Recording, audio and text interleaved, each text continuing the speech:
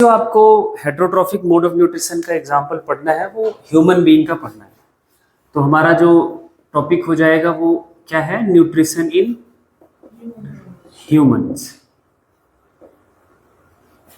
ये देखो अपने बारे में समझना है, अपना डाइजेशन कैसे होता है, क्या होता है, सारा कुछ अपना क्लियर हो जाएगा। तो थोड़ी सी हमारी ना फूड हैबिट भी इम्प्रूव हो जाएगी, क्या खाएं क्या ना खाएं, वो सारी चीज़ें हम कैसे डाइजेस्ट करते हैं, वो सारा सब कुछ जब आपको मैकेनिज्म तैयार हो जाएगा, समझ आ जाएगा, तो फूड हैबिट में थोड़ा सा इम्प्रूवमेंट आता है और आएगा, थोड़ा सा क्या बहुत आएगा, है ना। तो सबसे पहले हमें ह्यूमन के बारे में कुछ बातें समझनी होंगी। ह्यूमन कैसा ऑर्गेनिज्म है? मल्टी सेलुलर है ना। और मोस्ट एडवांस एनिमल भी कहा जाता है इसको। मोस्ट एडवांस एनिमल है ना। इनका जो इनके पास जो लेवल ऑफ ऑर्गेनाइजेशन की अगर हम बात करें, किस लेवल का ऑर्गेनाइजेशन इन ह्यूमन बीइंग का है, तो लेवल ऑफ ऑर्गेनाइजेशन की बात जब करी जाएगी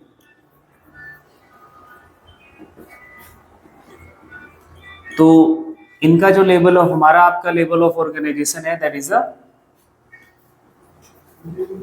organ system level of organization है। ऑर्गन सिस्टम का लेवल ऑफ ऑर्गेनाइजेशन है। हमारी बॉडी में ना बहुत सारे ऑर्गन सिस्टम्स हैं, है ना, जिसमें न्यूट्रिशन के लिए जो हमारा ऑर्गन सिस्टम है, organ system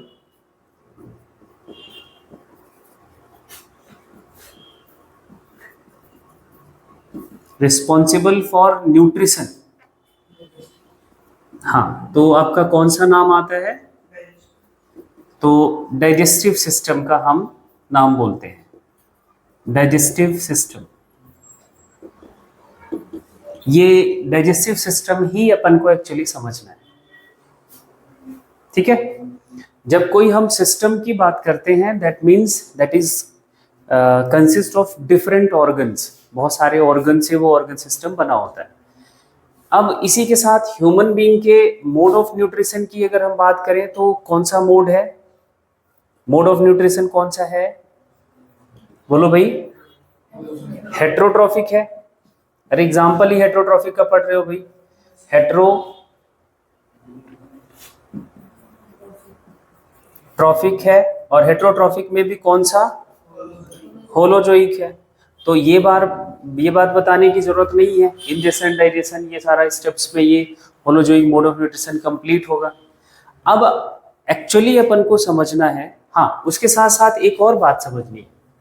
holozoic mode of nutrition में भी हमने जब बात करी थी, तो हम होलोजोइक मोड ऑफ न्यूट्रिशन को भी 3 कैटेगरी में क्लासिफाई करते हैं on the basis of type of food.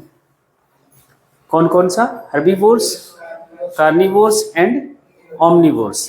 तो अपना वाला कौन सा कैटेगरी है? ओमनिवोर्स, है ना। हर्बीवोरस होते हैं, कार्निवोरस होते हैं और ओमनिवोरस होते हैं। मतलब ये हुआ कि हमारा जो फूड है, जो हमारा फूड है वो क्या क्या हो सकता है? Plant and animal. तो ह्यूमन बीइंग का जो फूड होगा वो प्लांट एंड इट्स प्रोडक्ट, दूसरा उसके साथ एनिमल एंड इट्स प्रोडक्ट। बोलो, कोई कंफ्यूजन वाली बात तो नहीं है? तो हम दोनों चीजें खा सकते हैं क्योंकि हम ओमनिवोर्स हैं, ठीक। अब इसके बाद अपन को ये समझना है, पूरी कहानी यहाँ पे स्टार्ट होएगी डाइजेस्टिव सिस्टम से। ये तो जनरल सी बातें हैं, ये हम सब समझ सकते हैं।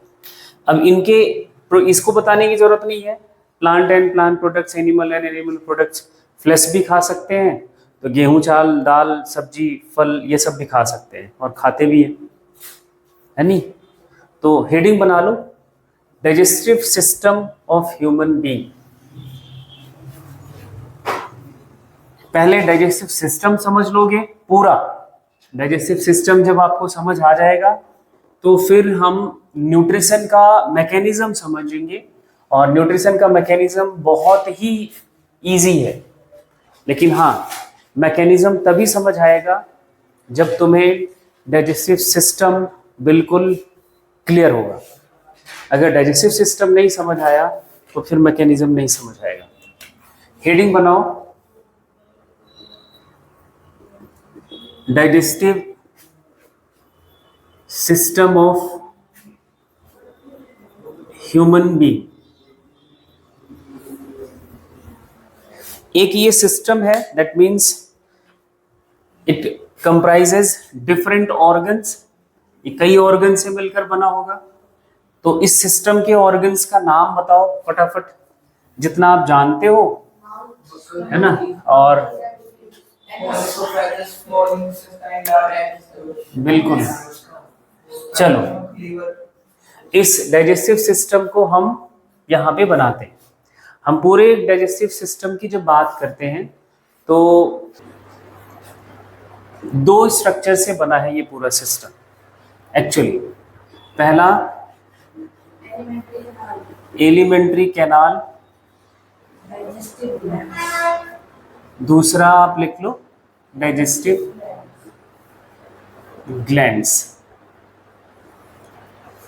अब इस एलिमेंट्री कैनाल को हम समझेंगे पहले, फिर डाइजेस्टिव ग्लैंड के बारे में बात करेंगे। एलिमेंट्री कैनाल एक ट्यूब है, ट्यूब लाइक स्ट्रक्चर है,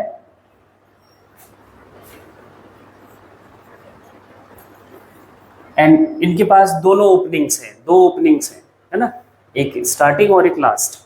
कॉन्टिन्यूअस ट्यूब है। जितने भी हम स्ट्रक्चर्स लिखेंगे, अभी पहले पार्ट्स लिखो, फिर आपको और चीजें क्लियर हो जाएंगी। सबसे पहला स्ट्रक्चर आता है एलिमेंट्री कैनाल का, माउथ, फिर बक्कल कैविटी, फिर अजी फेरिंग्स लिखोगे, फिर कौन सा लिखोगे, ओइसोफेगस,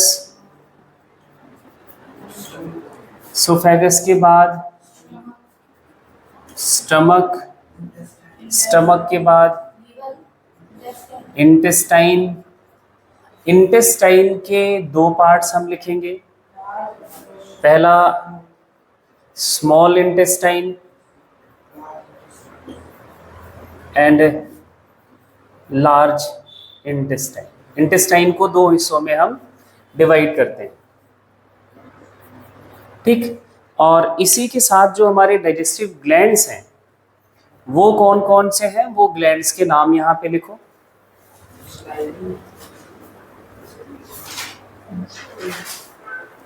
डाइजेस्टिव ग्लैंड्स में नाम लिखो, पहला सैलिवरी ग्लैंड,